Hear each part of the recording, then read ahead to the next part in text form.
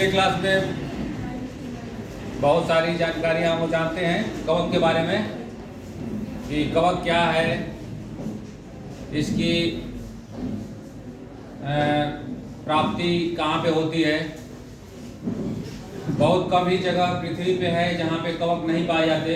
Cosmopolitan ऐसा कहा गया है, कॉस्मोपॉलिटन डिस्ट्रीब्यूशन है, मतलब एवरीवेयर, सभी जगह पे कवक पाए जाते हैं, या तो उसके बड़ा रूप या फिर छोटा स्पोर जो दिखाई नहीं देते। इसी कारण इसको रखा गया है सूक्ष्म जीवों में। सूक्ष्म जीवों की एक कैटेगरी है कवक। तो एक तो कॉस्मोपॉलिटन डिस्ट्रीब्यूशन है। पिछले दिनों हम मैसेज शेयर किए थे, उसमें बताया गया था कि करीब 20 लाख कवक इस पृथ्वी पे उसकी वेराइटीज हैं। 50,000 आइडेंटिफाइड है। 50,000 हम लोग जानते हैं कि ये टाइप के कवक इस पृथ्वी पे हैं और उनका काम ये है। बहुत उसमें बहुत ज़्यादा कुछ ऐसे कवक हैं जो महत्वपूर्ण हैं। तो अब ये तो डिस्ट्रीब्यूशन हो गया। दूसरी चीज़ है कि 90% कवक, 90% कवक क्या है, पोषण की दृष्टि से उनका पोषण 90% कवक का क्या है, कौन सा तरीका अपनाते हैं खाना खाने के लिए, बताए थे ना कुछ दिन। मृतोपजीवी हैं, वो मृत पदार्थों से अपना भोजन प्राप्त करते हैं। इसे कहते हैं सेप्रोट्रॉप्स या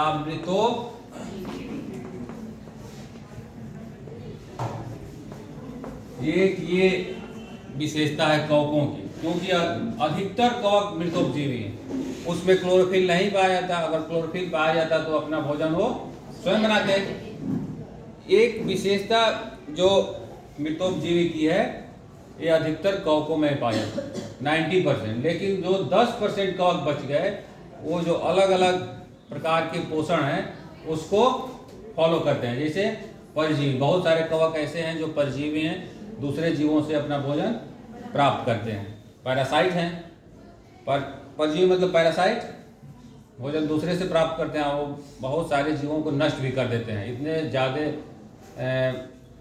मात्रा में होंगे कि बहुत फसलों को नष्ट कर देते हैं। एक तरह से बहुत अच्छी फसल को, और उसके बहुत रिनाउंड, मतलब आप समझ सकते हैं कि फेमस फसल नष्ट करने वाले कवक हैं। तो ये सब तो जान गए आप लोग, पिछले क्लास में भी बताए थे। यहाँ तक हम लोग पढ़े थे कि कुछ इंडस्ट्री ऐसी हैं जो कवकों पे डिपेंड है ना। जैसे एक तो बियर की इंडस्ट्री। अब हम देखते हैं कि लाभदायक प्रभाव कौन कौन से हैं कवक के। लाभदायक प्रभाव कौन कौन से हैं। एक तो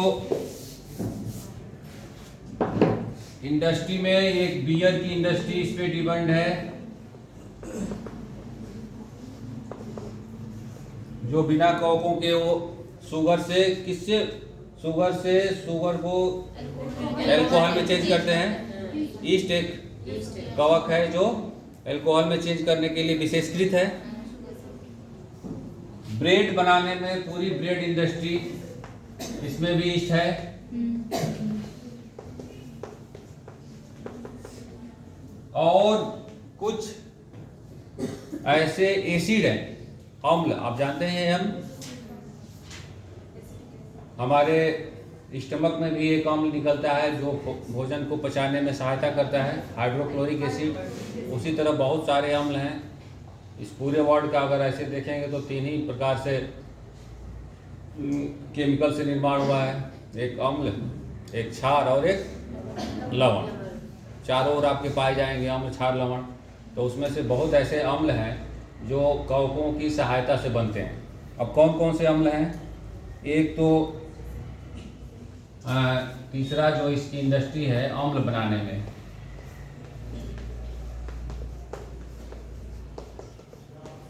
एक है अम्ल जिसका नाम है सिट्रिक एसिड। सिट्रिक एसिड सुना है ना, पिछले दिनों भी हम लोग डिस्कस किए थे। सिट्रिक अम्ल जो एस्परजिलस नाइजर एक कवक है, उसके द्वारा शुगर को एसिड में कन्वर्ट करता है। ईस्ट क्या करता है कि शुगर को अल्कोहल में, और कुछ ऐसे कवक हैं जो शुगर को एसिड में कन्वर्ट करते हैं। देखो कितना एस्परजिलस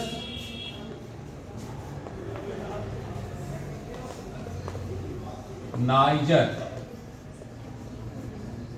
ये कवक है जो शुगर को एसिड में कन्वर्ट कर देता है, सिट्रिक एसिड में, जिससे हम लोग सिरका, सिट्रिक एसिड मतलब सिरका प्राप्त करते हैं। सिरका भी बहुत तरह का है, केन शुगर, उसका भी सिरका है, अंगूर का भी सिरका है, आप सेब का भी सिरका मार्केट में बिक रहा है कि नहीं? देखे हो तुम लोग से। अब इसके बाद है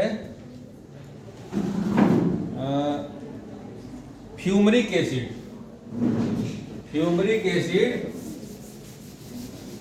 एक तो सिट्रिक एसिड हो गया, एक फ्यूमरिक एसिड। फ्यूमरिक अम्ल, इसको भी बनाने में कुछ कवकों का विशेष योगदान है, जिसका नाम है राइजोपस। राइजोपस की सहायता से फ्यूमरिक एसिड बनता है। गैलिक एसिड,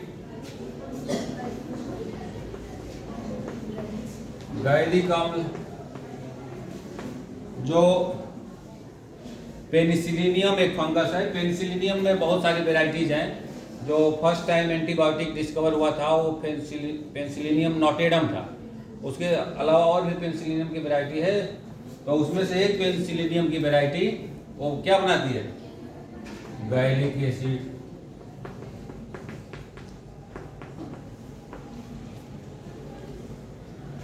और है ग्लूटोनिक एसिड।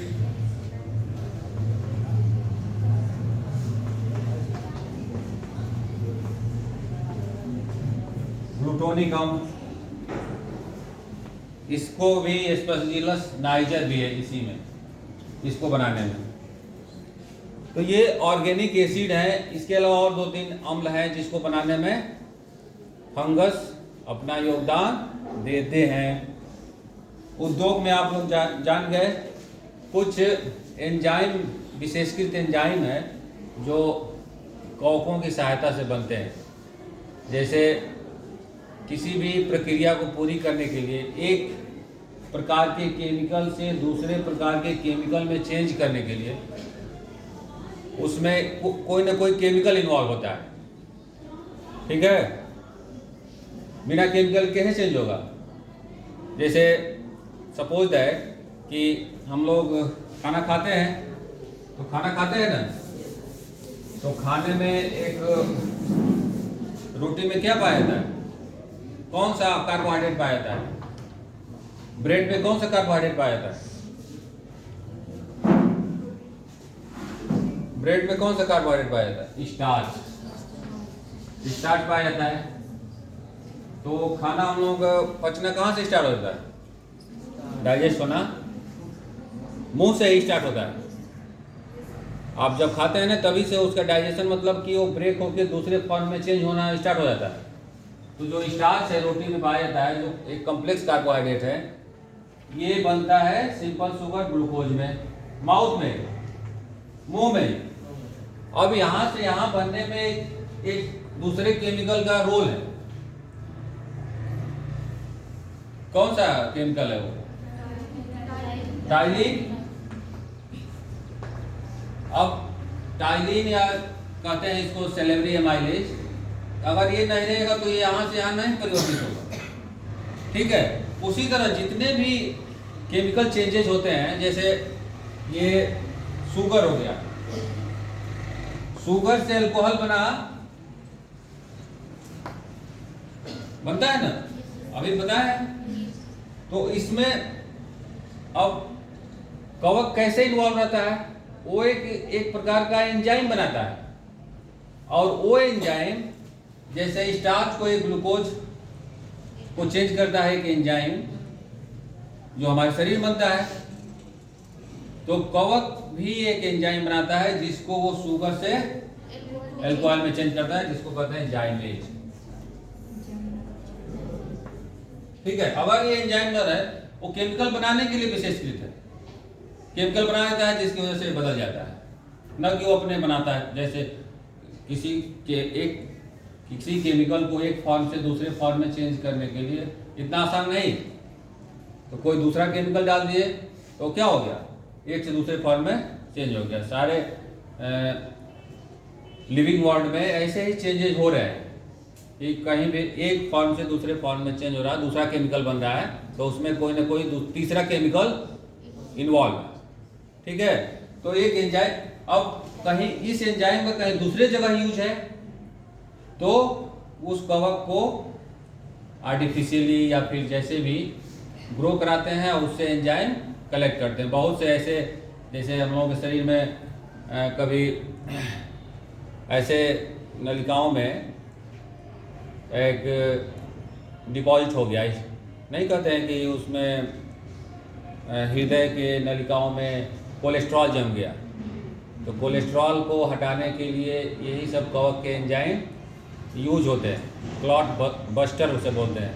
तो वो एंजाइम दवा के रूप में काम करते हैं। तो बहुत सारे एंजाइम ऐसे इस जाइमेज जैसे कलेक्ट करते हैं, और वो इंडस्ट्रियली दूसरे कामों में यूज किया जाता है। जाइमेज एक प्रमुख एंजाइम है जो कवकों द्वारा प्रोड्यूस होता है। ठीक है, उसके अलावा जाइमेज भी है, एमाइलेज है, सेलुलोज भी है। जैसे बहुत फैक्ट्रियों में जो दाग धब्बे हटाने के लिए एंजाइम प्रयोग किया जाता है। तो एंजाइम इंडस्ट्री में भी कवकों का एक प्रमुख योगदान है। और कृषि में आगे देखते हैं कि लाभदायक जो कवक हैं उस कृषि में कैसे योगदान देते हैं।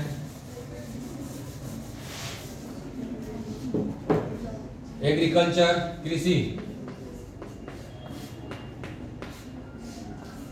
ये तो सबसे बड़ा इनका योगदान है किसमें,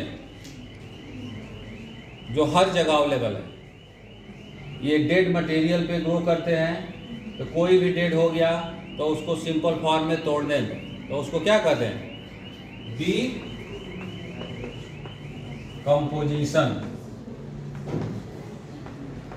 डीकम्पोजिशन ऑफ डेड मटेरियल। आप कहीं भी देखिए कोई भी जीव अगर डेड हो गया तो उस पर फंगस, बैक्टीरिया सब आ जाते हैं, और वो उसको छोटे छोटे फॉर्म में तोड़ने लगते हैं नहीं, तो उसको कहते हैं स्कैवेंजर के फॉर्म में। तो ये बहुत महत्वपूर्ण है, अगर ऐसे ना हो तो पूरा वर्ल्ड या लिविंग वर्ल्ड से ही भर जाएगा। अब पत्ती गिरा नीचे, पेड़ से पत्तियाँ गिरती हैं और उसके बाद 10 दिन बाद देखिए तो गायब हो जाते हैं कि नहीं। तो वहाँ पे छोटे छोटे जीव हैं, बैक्टीरिया भी हैं उसमें, ऐसा नहीं केवल फंगस ही है, कुछ बैक्टीरिया भी हैं और बहुत ज़्यादा फंगस है, जो उसको छोटे फॉर्म में तोड़ के और मिट्टी में मिला देते हैं। फिर वो मिट्टी से कहाँ चला जाता है, पौधों में चला जाता है, फिर वो यूज होता है, फिर नए नए प्रोडक्ट बनते हैं। तो ये हो गया। कुछ ऐसे फंगस हैं जो पौधों के जड़ों से मिलके नाइट्रोजन को फिक्स करते हैं, जिसे कहते हैं माइकोराइजा। कुछ ही पौधों के, ऐसे नहीं कि सभी पौधों के, कुछ पौधों के जड़ों से मिलते हैं और उसको नाइट्रोजन को फिक्स करते में सहायता करते हैं। नाइट्रोजन फिक्सिंग एक कॉम्प्लेक्स प्रोसेस है, पहले से जानते हैं आप कि नाइट्रोजन को वो सब चीज़ें होते हैं, लेकिन उसमें जहाँ जहाँ सूक्ष्म जीव सहायता करते हैं तभी नाइट्रोजन प्रयोग करने लायक नाइट्रोजन में परिवर्तित होती है। ये जानते हो तुम लोग। और एक है सॉइल फर्टिलिटी को बढ़ाते हैं। जैसे कुछ ऐसे फंगस हैं जो सॉइल में पाए जाते हैं और वो नाइट्रोजन को स्टोर करने में सहायता करते हैं। तो इस तरह से ये फंगस के लाभदायक प्रभाव है। इतना आपको जानना है। अब हम लोग देखते हैं कि इसके हानिकारक प्रभाव कौन कौन से हैं। कवक के हानिकारक प्रभाव।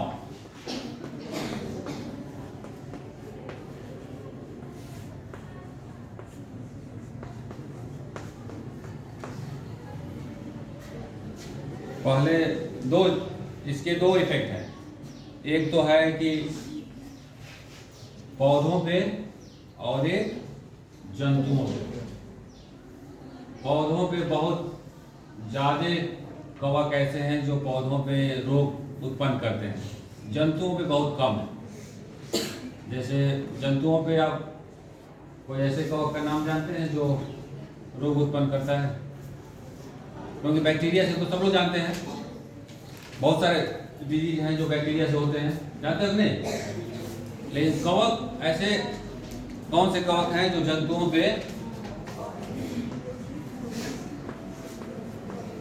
जंतुओं पर रोग सुने हो तुम लोग? रिंग वॉर्म एक तो फेमस है। कभी कभी आप देखे होंगे कि खुजली वाला नहीं होता है, दांत खाज खुजली, बीटेक्स मलहम लगाओ, नहीं लगाओ, दांत खाज खुजली भगाओ, ऐसा है क्या? तो ये एक तो जो रिंग वॉर्म है फेमस है, तो सबको जानते हैं, जो एक फंगस से होता है। इसका नाम है रिंग वॉर्म का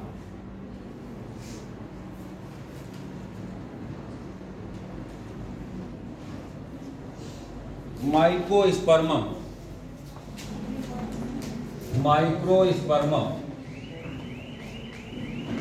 जो फंगस का नाम है, उसी फंगस से रिंगवॉर्म होता है। ये तो सब जानते हैं। एक और है डिजीज जिसका नाम है एथलीट फूट।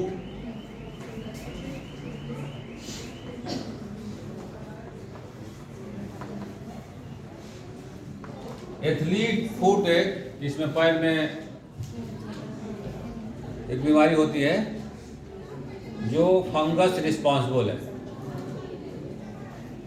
और एथलीट फूट होता है टीनिया रूब्रम।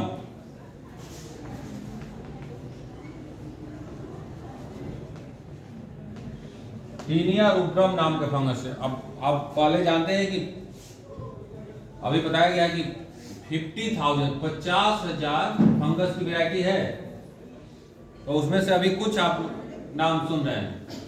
बहुत सारे नाम ऐसे हैं जो किताबों में लिखे गए, आप जानते नहीं हैं। तो ये सब कुछ नाम है जो अपने विशेष कामों के लिए जाने जाते हैं। जैसे माइक्रोस्पर्मम है और रिंगवॉर्म, जंतुओं में जो दांत खाज खुजली वाले हैं, खुजली वाले भी बहुत सारे हैं। एक है ये टीनिया रूब्रम जो एथलीट फूट के लिए रिस्पॉन्सिबल है। एथलीट फूट तो इसे सर्च कीजिएगा, पता नहीं कौन सी बीमारी है। और तीसरा है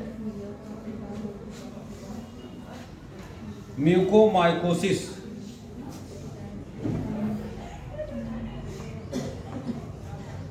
शायद कान में होती है ये बीमारी, जो फंगस रिस्पॉन्सिबल है म्यूकर से। और फंगस की एक विशेषता है कि जो बहुत कम ही, मतलब ऐसा नहीं होता है कि वो आपके जीवन पे बैक्टीरिया से तो होने वाले और वायरस से होने वाले ऐसी बीमारियां हैं जो जीवन समाप्त कर देते हैं, है कि नहीं? हाँ, ट्यूबरकुलोसिस, खांसते खांसते जान चली गई है, ऐसा है ना?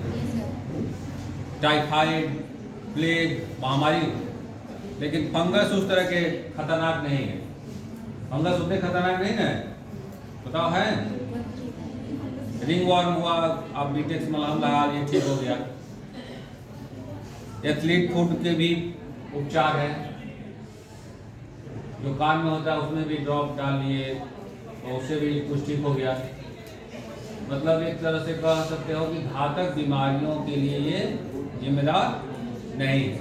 लेकिन एक दूसरा पहलू ये है कि जितने पौधे हैं, पौधों पे कवक का घातक परिणाम है। अगर वो किसी पर्टिकुलर एग्रीकल्चर फील्ड को वो अपने कैप्चर में लेते हैं तो वो पूरी तरह उसको नष्ट कर देते हैं। और बहुत सारी ऐसी वैरायटी है फंगस की जो पौधों पे पैरासाइट है, परजीवी है, और उसको बहुत ज़्यादा मात्रा पे डैमेज करते हैं। तो हम लोग अब ये जंतुओं में यही प्रमुख बीमारियां हैं। अब हम लोग देखते हैं पौधों में कौन कौन सी ऐसी बीमारियां हैं जो फंगस से होती हैं और बहुत फेमस भी हैं। जैसे रस्ट ऑफ व्हीट बहुत फेमस बीमारी है और विदेशों में भी, यहाँ पे भी लार्ज स्केल पे गेहूं को नष्ट करते हैं, धान पे जो स्मट, ये सब फेमस बीमारियां हैं फंगस द्वारा प्रोड्यूस की जाने वाली। तो पौधों पे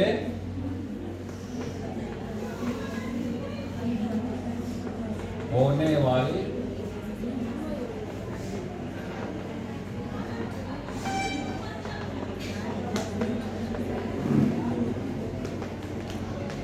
सबसे पहले है rust of wheat. Rust famous है, रस्ट आप जानते रहिए। कभी कभी क्वेश्चन आता है कि इस ऑप्शन में से कौन सी ऐसी बीमारी है जो फंगस से होती है, उसमें केवल लिख देता है रस्ट। जैसे एक फेमस क्वेश्चन है कि सिट्रस कैंकर हर बुक में है, वो एनसीईआरटी से लेके यूपी बोर्ड और ये डीएलएड सब में है। सिट्रस कैंकर किस टाइप के सूक्ष्मजीव से होता है, बताओ? कौन सा सूक्ष्मजीव है? बैक्टीरिया है। सिट्रस कैंकर एक फेमस डिजीज है। उसी तरह जिस तरह सिट्रस कैंकर है उसी तरह रस्ट है। रस्ट व्हीट पे होने वाले फंगल डिजीज का एक बहुत मतलब ग्लैमरस, इसका प्रभाव अच्छा है, सब लोग इसको जानते हैं। ये कवकों की बीमारी का कह सकते हो कि सलमान खान है। तो ये एक उसी तरह है लेट ब्लाइट ऑफ ब्लाइट समझे? ब्लाइट जहाँ पे, अब ब्लाइट जो है बैक्टीरिया से भी होता है और फंगस से भी। अगर कहीं पे लिखा रहे कि अर्ली ब्लाइट, लेट ब्लाइट, तो आप समझ जाइए कि वो फंगस है। ठीक है? तो लेट ब्लाइट ऑफ पोटैटो,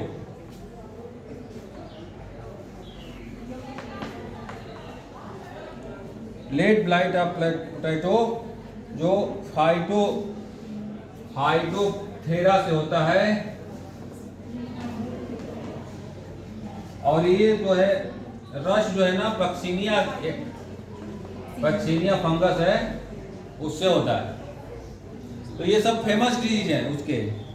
अब उसके अलावा और भी हैं, वाट ऑफ पोटैटो,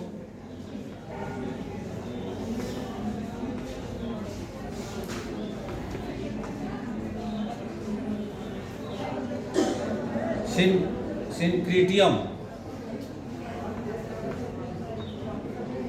अच्छा, इनका नाम भी फंगस जैसा ही है कि नहीं? थोड़ा सा बढ़िया क्रिटिकल बनाया गया है। पक्सीनिया, सिंक्रीटियम, अल्टरनेरिया, स्मट, ऑस्ट्रेलेगो,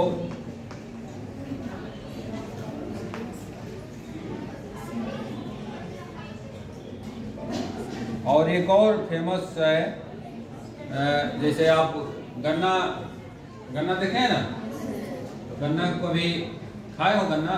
तो कभी खाते खाते उसमें क्या होगा कि खाए हो तुम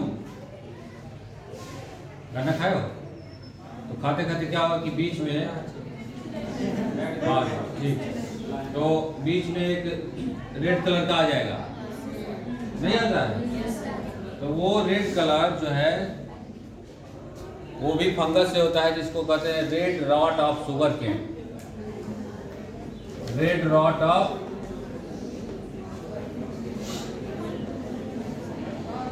शुगर केन जो फंगस से होता है उसका नाम है कोलिटोट्रिकम।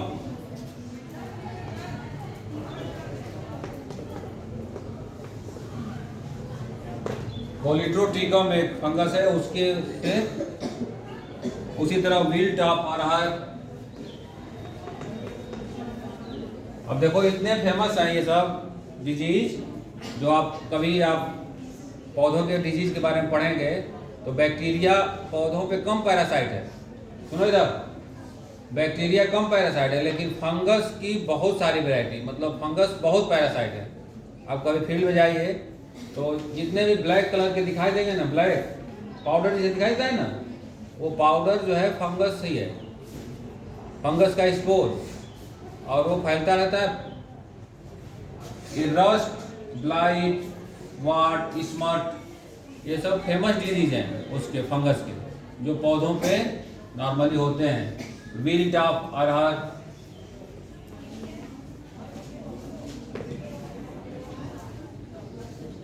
जो होता है फ्यूजेरियम,